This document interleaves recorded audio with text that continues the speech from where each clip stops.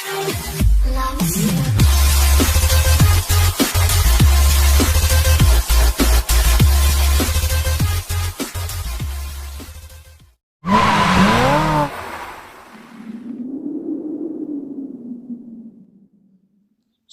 Para विद्यार्थी भाइ बहिनीहरूलाई स्वागत छ मेरो च्यानलमा, जसको नाम रहेको छ HSB सुरज। कक्षा 11 र 12 का अंग्रेजी विषयका स्तरीय सारांश प्रश्नोत्तरका लागि मेरो यस च्यानल HSB सुरजलाई सब्स्क्राइब गर्न नबिर्सनुहोला। च्यानललाई सब्स्क्राइब गरिसके पश्चात घण्टीलाई क्लिक गर्नुहोला र सबैभन्दा महत्त्वपूर्ण कुरो, घण्टीलाई क्लिक गरिसके पश्चात अल अप्सनलाई क्लिक गर्न नबिर्सनुहोला। यसो गर्नाले मैले अपलोड गरेका हरेक भिडियोको सूचना तपाई आफ्नै मोबाइल फोन, ल्यापटप, डेस्कटपमा सजिलै प्राप्त गर्नुहुनेछ।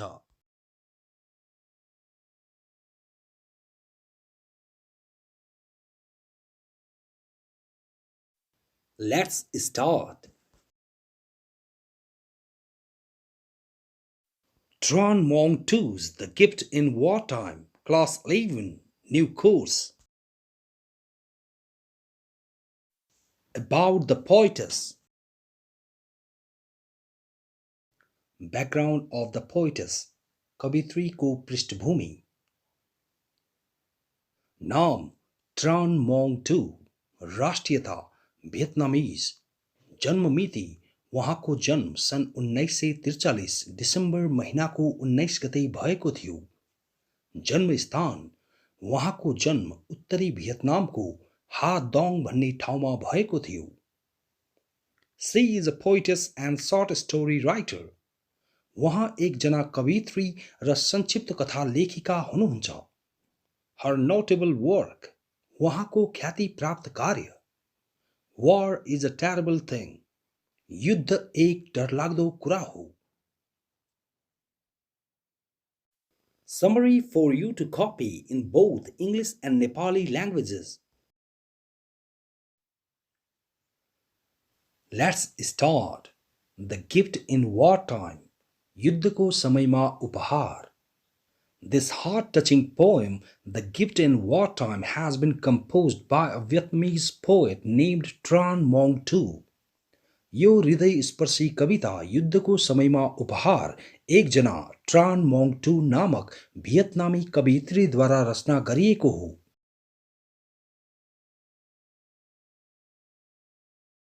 This poem has presented the inhuman picture of war. यस कविताले युद्धको अमानवीय तस्बिर प्रस्तुत गरेको छ। The title of the poem itself is a satire for all those people who give more preferences to wars rather than their lives.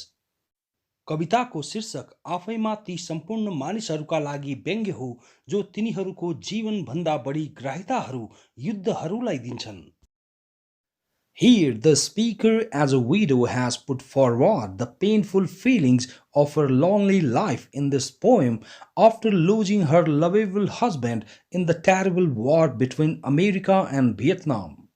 यहाँ वक्ताले एक विधवाको रूपमा आफ्नो श्रीमानलाई अमेरिका र भियतनाम बीचको डरलाग्दो युद्धमा गुमाइसके पश्चात आफ्नो एक्लो जीवनका पीडादायक भावनाहरू यस कविता मार्फत अघि सार्नु भएको छ। Here we find her talking to an absent person or husband, relating him about the bad aspects of the inhuman war which has invited a dark future for her. यहाँ हामीहरू उहाँलाई एकजना अनुपस्थित व्यक्ति अर्थात् उहाँको श्रीमानसँग अमानवीय युद्धका नराम्रा पक्षहरू बारे बताउँदै बोलिरहेको भेटाउँछौँ, जसले उहाँका लागि एक अन्धकार भविष्य निम्त्याएको छ। The speaker is seen making her lovable person realize about the inhumanity and cruelty of war and even her sorrows of her lonely life after his death. वक्ता आफ्नो प्यारो व्यक्तिलाई युद्धको अमानवीयता र निर्दयता र उसको मृत्यु पश्चात आफ्नो एक्लो जीवनका दुखहरू समेत आभास गराउन खोजिरहनु भएको देखिनुहुन्छ।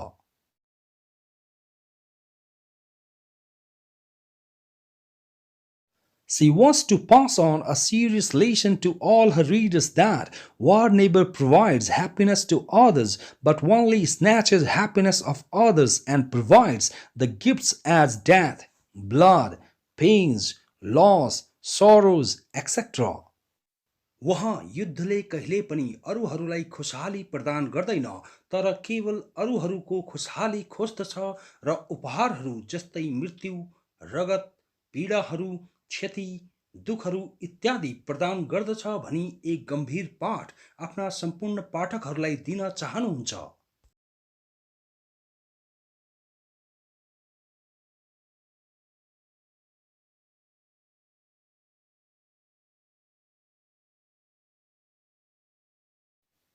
Now, main summary.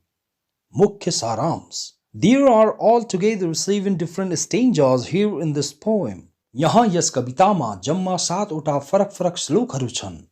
The main theme of this poem is the inhuman aspects of war and its effects over humans. यस कविताको मूल आशय युद्धको अमानवीय पक्षहरू र यसका मानवहरूमाथिका असरहरू हुन्. The speaker has presented a terrible picture of war which had snatched all her happiness of her life.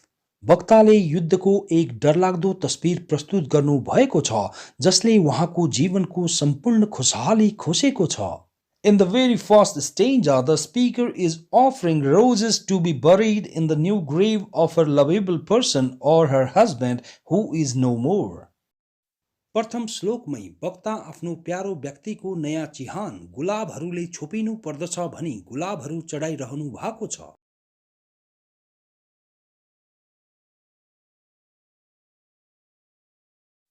यहाँ वक्ताको प्यारो व्यक्ति वक्ताको श्रीमान हुन् जो जीवित हुनुहुन्न. The speaker wants to offer her wedding gown to cover his tomb which is still green with grass. वक्ता आफ्नो विवाहको पोशाक उसको चिहान छोप्न भनी प्रदान गरिरहनु भएको छ जुन अझै घाँसहरूले हरियो छ.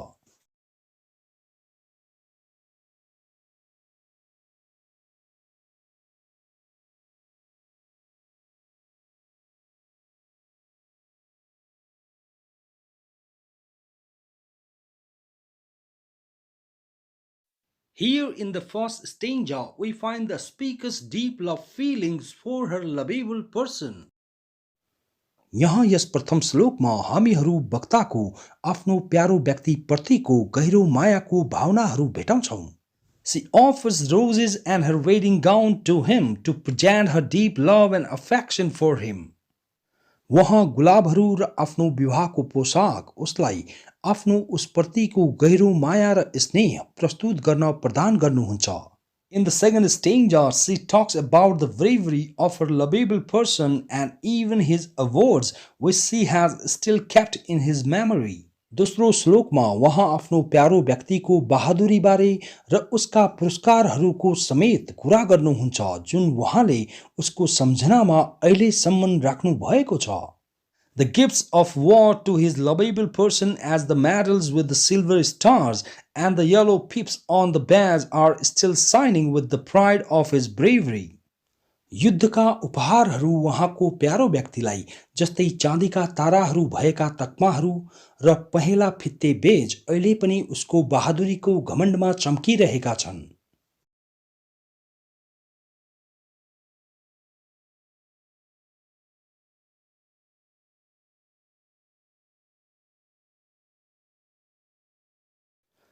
But these awards are of no use because the person who got them with bravery is no more now. तर यी पुरस्कारहरूको काम छैन किनकि त्यो व्यक्ति जसले बहादुरी साथ यिनीहरूलाई प्राप्त गर्यो अब जीवित छैन.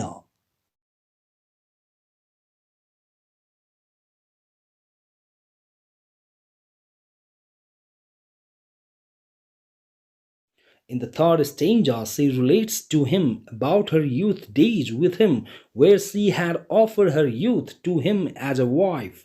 तेस्रो श्लोकमा उहाँ उसँगका आफ्ना जवानीका दिनहरूबारे बताउनुहुन्छ जहाँ उहाँले एक श्रीमतीको रूपमा उसलाई आफ्नो जवानी प्रदान गर्नु भएको थियो. They were in deep love in those days. तिनीहरू ती दिनहरूमा गहिरो मायामा थिए.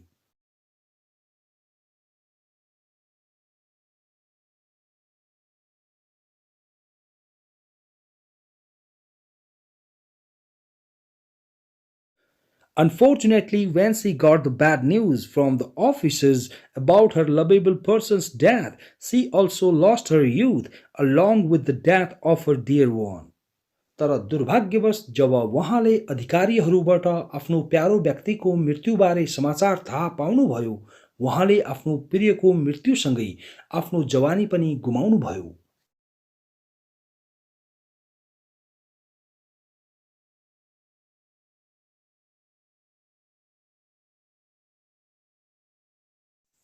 In the fourth stanza, she relates to him the inhuman picture of war and its gifts to humans. चौथो श्लोकमा उहाँ युद्धको अमानवीय तस्बिर र यसका मानवहरूलाई उपहारहरूबारे बताउनुहुन्छ। She relates to him about the blood's smell and the blood of his enemy. उहाँ रगतको बास्ना र उसको शत्रुको रगतबारे बताउनुहुन्छ। यहाँ वक्ता भियतनामी र अमेरिकी रगतको कुरा गरिरहनु भएको छ।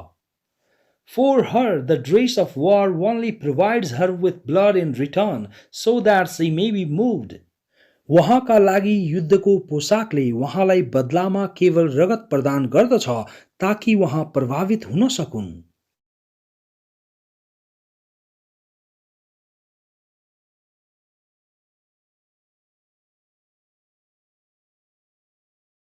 Here she wants to put forward her idea that the war only invites bad results for the humans.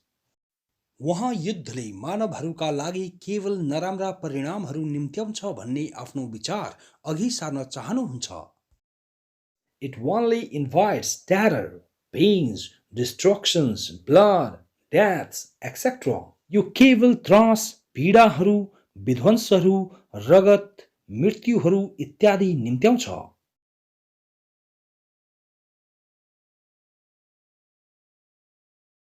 In the fifth stanza, the speaker reminds her lovable person about the clouds and the cold winters which she has provided him. पाँचौं श्लोकमा वक्ता आफ्नो प्रिय व्यक्तिलाई उहाँले प्रदान गरेका बादलहरू र चिसो हिउँदहरूबारे सम्झना दिलाउनुहुन्छ।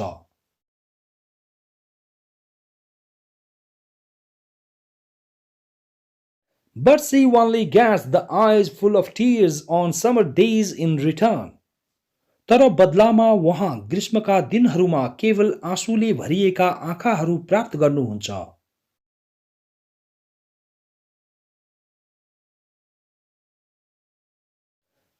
Her springtime of life even becomes cold without him. ऊ बिना उहाँका वसन्त यामका समय समेत चिसा हुन्छन्। The speaker shows her deep sorrows due to the lack of her lovable person. वक्ता उहाँको प्रिय व्यक्तिको कमीले गर्दा उहाँका गहिरा दुखहरू पोख्नुहुन्छ।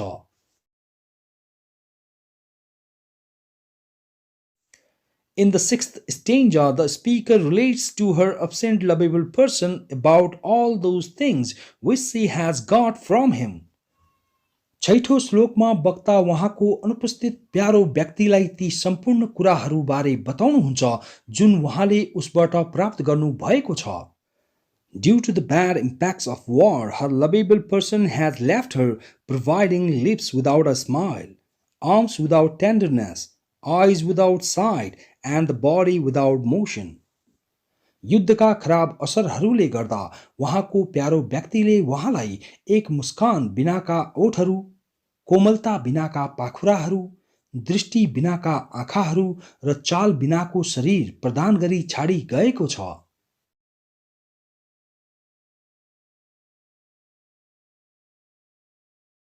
This stanza has shown the pitiable condition of the speaker's lonely life without her lovable person. यस श्लोकले वक्ताको आफ्नो प्यारो व्यक्ति बिनाको दयनीय अवस्था देखाएको छ।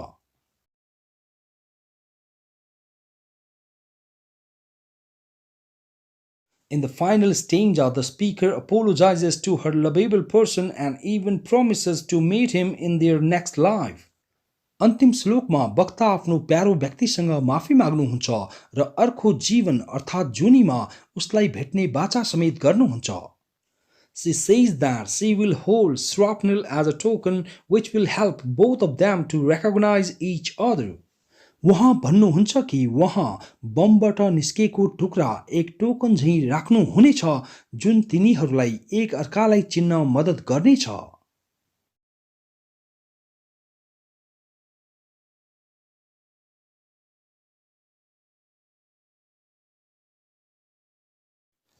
Here the speaker has presented the deep meaning related to the inhuman picture of war. यहाँ वक्ताले युद्धको अमानवीय तस्बिरसँग सम्बन्धित गहिरो अर्थ प्रस्तुत गर्नु भएको छ। She wants to hold shrapnel as proof to show him the reason how this inhuman war had snatched his life and separated them. वहाँ युद्धले उसको कसरी ज्यान खोसेको थियो र तिनीहरूलाई अलग पारेको थियो भनी आफ्नो प्यारो व्यक्तिलाई कारण देखाउनका लागि प्रमाण स्वरूप श्रापनेल अर्थात् बमको टुक्रा समात्न चाहनुहुन्छ। In this way, this poem has presented very bad impacts of war over humans. यस प्रकार यस कविताले मानवहरूमाथि युद्धका धेरै नराम्रा प्रभावहरू प्रस्तुत गरेको छ। Will be continued. Short summary with questions and answers from the book in the second part of this video. Suraj Bhatt.